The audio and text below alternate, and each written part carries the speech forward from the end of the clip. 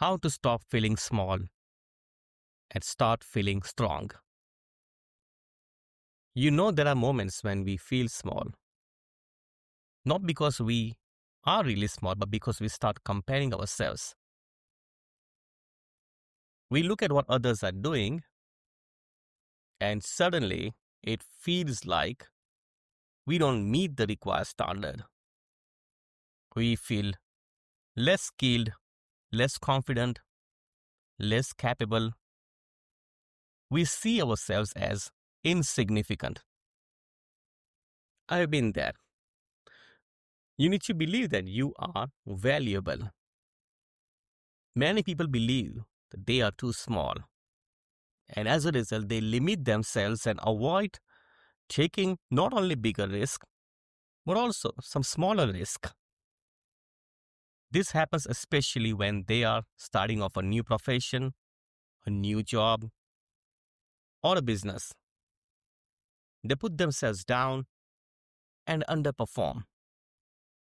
So in this video, you will learn how to feel strong and inspired when you're feeling small. You will be learning a nice technique that I teach in my private coaching sessions and training workshops. And this is one of the techniques that I teach when people feel small and insignificant. In the year 2010, when I was starting out as a success coach and a trainer, I felt that quite often.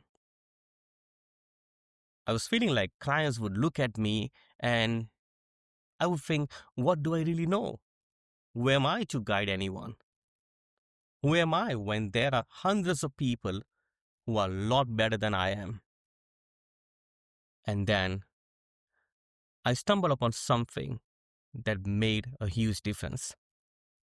A small shift, but very powerful. I began to focus on the masters. That means I started focusing on my gurus, my teachers, my leaders, the best mentors I work with. I would highly recommend you remember your masters when you feel small or insignificant. These masters are the people you admire in your field, in your profession. Those who are excellent at what they do. The ones who have walked further down the path and left footprints you can follow. Whenever I felt small, I will think of them. If I needed confidence, I would remember a coach who carried themselves with calm certainty. If I needed compassion, I bring to mind someone whose warmth reached everyone in the room, including me. If I needed energy, I would recall a coach who seemed to light up the space just by entering it. It was like I was receiving the energy, confidence, and vibes I was looking for.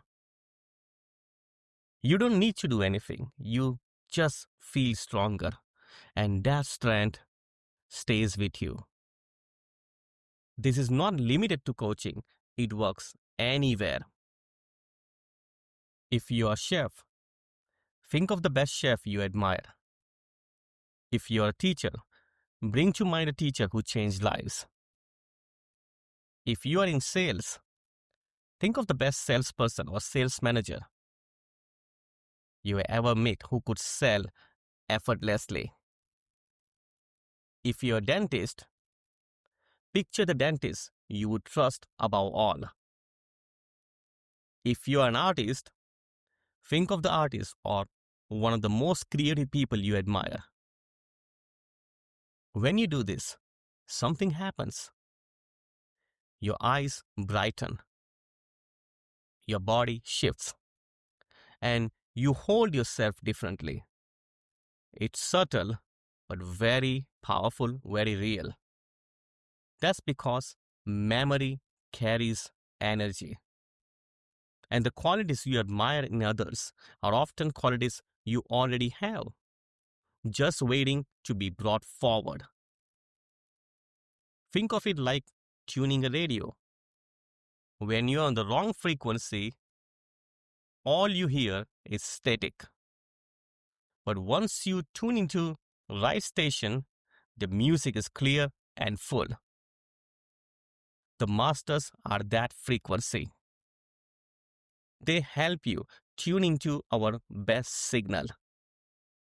And that's why people hang pictures of their heroes.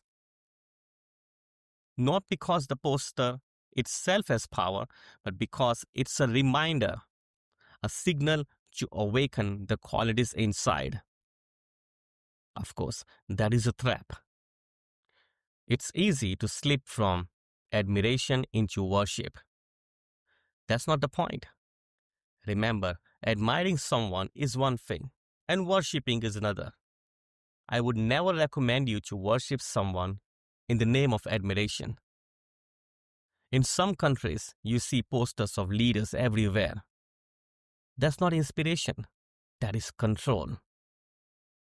The true purpose of focusing on the masters is to remember, if they can express this quality, I can too. It exists in me as well. See them as an inspiration to be as great and charismatic as they are.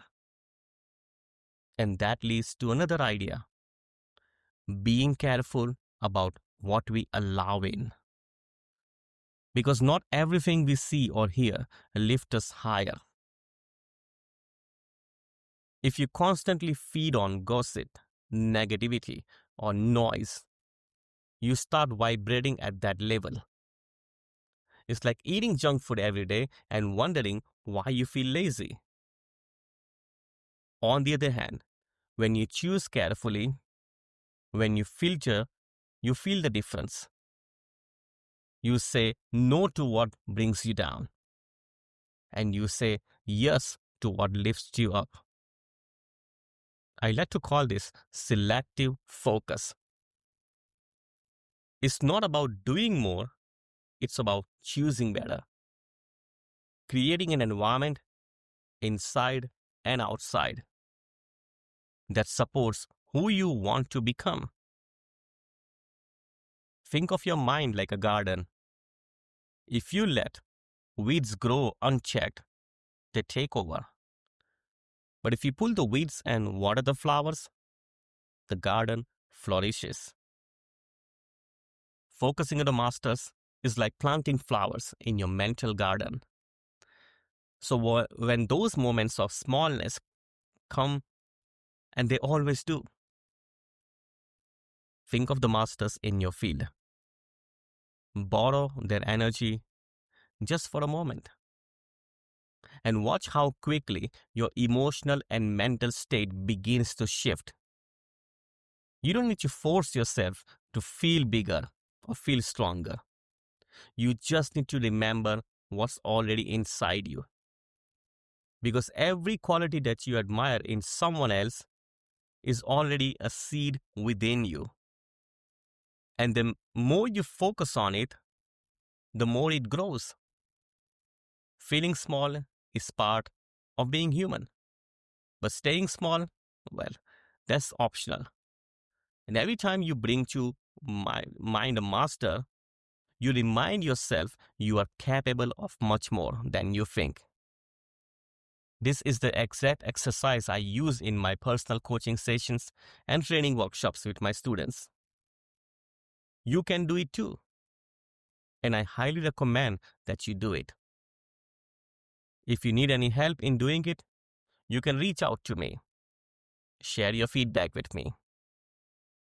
If you benefit from this video, please recommend it to someone who can benefit from it. Share it far and wide. This is Mayur Bardolia, a success coach from North Star Angel Coaching and Spiritual Solutions. If you wish to book a coaching session and workshop or invite me as a speaker, reach out to me at contact@northstarangel.com. Have a nice day.